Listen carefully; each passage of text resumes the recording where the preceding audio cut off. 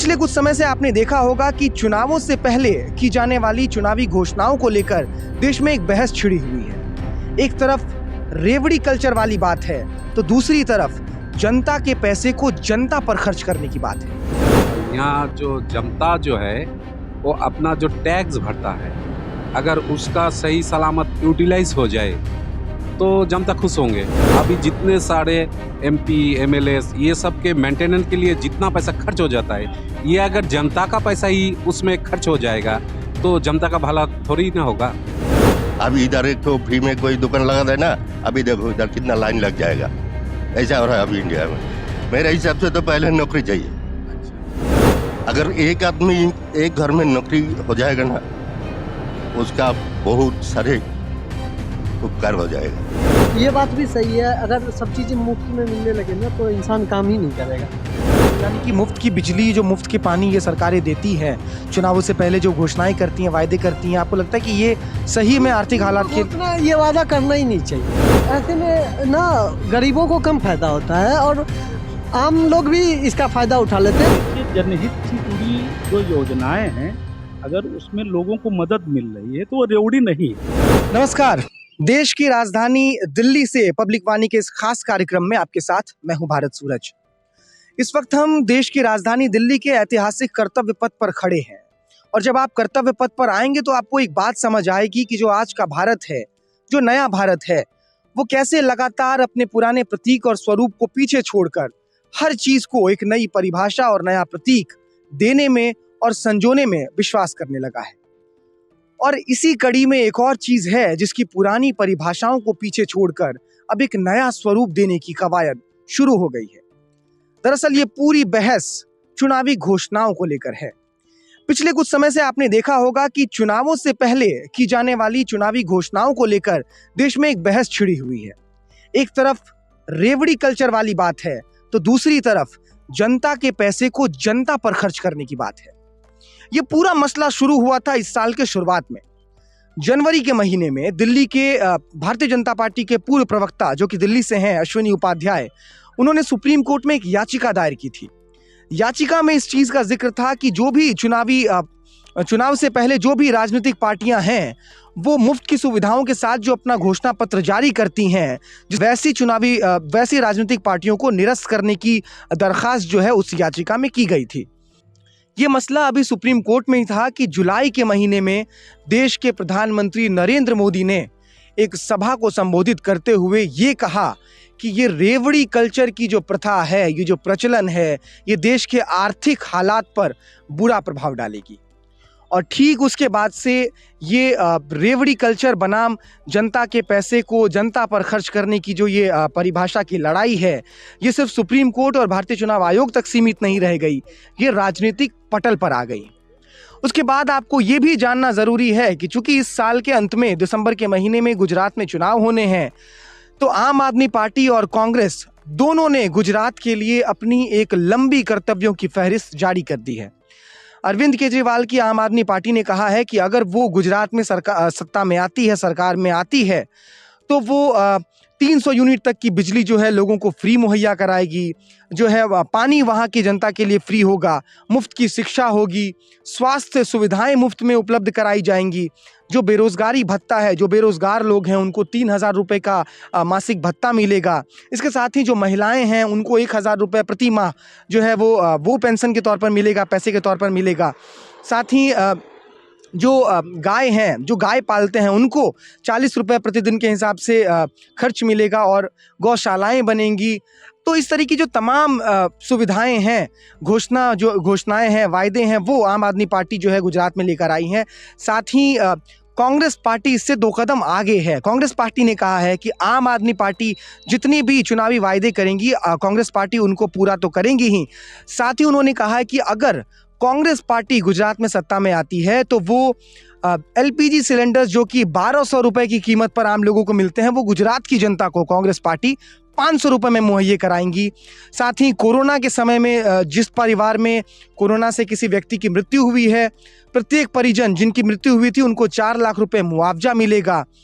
लेकिन इन तमाम चुनावी वायदों में भारतीय जनता पार्टी ने क्या कहा है वो जानना ज़रूरी है। भारतीय जनता पार्टी ने कहा है कि जो उनके जो चुनावी घोषणाएं हैं वो समुचित विकास को लेकर हैं। वो जनता को मुफ्तखोरी की आदत नहीं लगाएंगी, क्योंकि उनका मानना है कि ये जो मुफ्त की सुविधाएं देने का जो प्रचलन है ये देश के साथ साथ जो भी राज्य हैं उनके भी आर्थिक स्थिति पर बुरा प्रभाव डालेगी। एक लंबे समय में आर्थिक स्थिति कमज़ोर होगी और साथ ही जनता जो है वो निरंकुश हो जाएगी।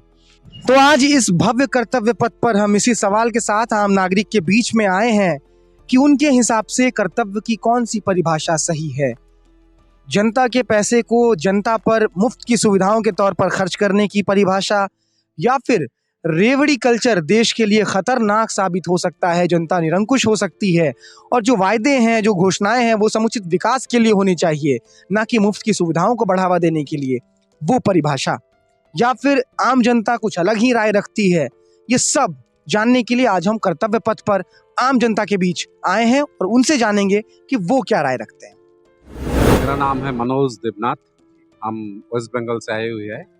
यहाँ जो जनता जो है वो अपना जो टैक्स भरता है, अगर उसका सही सलामत यूटिलाइज हो जाए तो जनता खुश होंगे, क्योंकि अपना पैसा आपने का मतलब आपने को लिए ही खर्च कर रहा है गवर्नमेंट, तो ये सही है। अगर वो देखिए अभी जितने सारे एमपी एमएलए ये सब के मेंटेनेंस के लिए जितना पैसा खर्च हो जाता है, ये अगर जनता का पैसा ही उसमें खर्च हो जाएगा तो जनता का भला थोड़ी ना होगा। तो इसलिए अगर प्रॉपर यूटिलाइज होने के लिए मतलब प्रॉपर अगर यूटिलाइज होगा तो जनता को ही वापस में देंगे गवर्नमेंट, जो भी गवर्नमेंट है। इस तरह अगर उनका टारगेट है तो सही है, हाँ तो सही है, जनता खुश हो जाएंगे। तो इसीलिए वो फ्रीबी का जरूरत होना चाहिए, मुफ्त का जो सप्लाई जो होता है, जैसे कि बिजली आपने जो बताया था अभी, हाँ रेशन पानी, ये सब अगर गवर्नमेंट ही इसका उसका टैक्स से ही उसका ये सब दे देगा तो सही होगा ना। हम जनता तो कुछ जनता तो खुश होगा ही, क्योंकि ऐसा हमारे इंडिया में ऐसा हो रहा है कि गरीबी ज्यादा है। कोई बहुत लोग तो आपको भूखा रह जाता है, तो उसको थोड़ा बहुत फ्री में मिलेगा तो वो तो चाहेगा ही, हमको तो मिलना चाहिए। अभी इधर एक तो फ्री में कोई दुकान लगा दे ना, अभी देखो इधर कितना लाइन लग जाएगा। ऐसा हो रहा है अभी इंडिया में। मेरे हिसाब से तो पहले नौकरी चाहिए देश में, पहले बहुत बहुत बहुत सारी को नौकरी भी चाहिए। अगर एक आदमी एक घर में नौकरी हो जाएगा ना, उसका बहुत सारे उपकार हो जाएगा। ठीक है, फिर ये मुफ्त की चीजें की फिर वो जरूरत ही नहीं रही, मांगेगा ही नहीं कोई। अगर कमाने वाला मैं हूँ, मेरे संसार तो ऐसे ही चल जाएगा ना। तब कमाने वाला नहीं है तो इसे तो मुफ्त की मांग रहा है सब आदमी। ऐसा बात है। मेरा नाम आशीर्वाद गर्ग हुआ और मैं बिहार से आया हूँ। देखिए, मेरा खुद का मानना है ये कि ये सब मुफ्त का नहीं होना चाहिए। अब पूछिए कि क्यों, तो उसका रीजन ये है, ये बात भी सही है, अगर सब चीज़ें मुफ्त में मिलने लगे ना तो इंसान काम ही नहीं करेगा। मैं सॉफ्टवेयर इंजीनियर हूँ, तो मैं काम करता हूँ तो हर एक का मतलब काम करने के साथ साथ ना 30 तारीख को नज़र रहती है कि मेरे अकाउंट में पैसे आए कि नहीं, क्योंकि वो मेरी मेहनत की कमाई है। ठीक है, उसी तरह कोई भी चीज़ ना फ्री नहीं मिलना चाहिए, उसके लिए यू नीड टू पे समथिंग। आपको अगर घर का काम भी करना है ना, आपके भोजन पेट तो पालना है ना, पेट तो सरकार पाल नहीं देगी ना, तो उसके लिए आप कमाते हो ना, फिर बिजली के लिए क्यों नहीं, मेरा ये मानना है। तो यानी कि मुफ्त की बिजली, जो मुफ्त की पानी ये सरकारें देती हैं, चुनावों से पहले जो घोषणाएं करती हैं, वायदे करती हैं, आपको लगता है कि ये सही में आर्थिक हालात के घोषणा ये वादा करना ही नहीं चाहिए। हाँ ठीक है, आप सब्सिडी दे दो, जो गरीब है उनको कुछ रिफंड कर दो, ऐसा मैं नहीं बोल रहा हूँ, लेकिन ऐसे में ना गरीबों को कम फायदा होता है और आम लोग भी इसका फायदा उठा लेते हैं। कि आप भी इस मत में हैं कि जो मुफ्त की सुविधाएं हैं ये बंद होनी चाहिए। बिल्कुल बिल्कुल। देखिए, जनहित से जुड़ी जो योजनाएं हैं, अगर उसमें लोगों को मदद मिल रही है तो वो रेवड़ी नहीं है ना। लेकिन जैसे चुनावी समय आया हुआ है, उस वक्त अगर ऐसा किया जा रहा राजनीतिक दलों के द्वारा, तो ये कहीं ना कहीं ये प्रभावित करने के लिए, मुद्दों से भटकाने के लिए क्षणिक थोड़ा बहुत लाभ दे करके रेवड़ी के रूप में वो लाभ लेते हैं राजनीतिक दल। ऐसी घोषणाएं जो हैं वो आम आदमी के नज़रिए से तो गलत है भी, है ना, कि ये चूँकि केजरीवाल तो एक छोटे से अभी दिल्ली में हैं, इनका कोई अभी विस्तार तो हुआ नहीं है। तो यहाँ तो ये सुनाई पड़ता है कि यहाँ रेवड़ी कल्चर जो है वो कामयाब रहा है। लेकिन हाँ, पंजाब में भी अभी हाल में चुनाव हुआ है, तो वहाँ कहीं न कहीं ये कल्चर जो है फला फूला है ना? अब देखो वहाँ कैसे वो काम-काज कर रहे हैं, है ना? तो अब ये भविष्य के गर्त में है कि आगे रेवड़ी कल्चर ये सफल होगा, लोग इसको पूरी तरीके से नकार देंगे या स्वीकार करेंगे। यानी कि मुफ्त की जो सुविधाएं हैं ये जनता को बहुत, मतलब आपकी अपनी राय माने तो आपको बहुत ज़्यादा सही नहीं लगता, आपको लगता है कि नहीं, कतई नहीं। देखिए जिसमें बेस जिससे बेस हमारा मजबूत हो, अगर ऐसी घोषणाएँ अगर होती हैं और कोई राजनीतिक दल या कोई कर रहा है, तो हम उसको रेवड़ी कल्चर नहीं मानेंगे, जिससे हमारा बुनियादी ढांचा जो है वो सही है। लेकिन क्षणिक लाभ जो चुनाव हाँ। से पहले हैं वो बुनियादी वो हाँ, वो उनको हम रेवड़ी कल्चर ही मानेंगे कि चुनाव आया हुआ है, लोग घोषणा करके, बरगला करके लोगों से वोट ले लिया जाए, उसके बाद जो है उस पे हम ध्यान ना दे करके और उसका जो है दुरुपयोग किया जाए, 5 साल मौज करें, उसके बाद फिर रेवड़ी लेकर के मैदान में आ जाएँ, तो इसके मैं खिलाफ हूँ।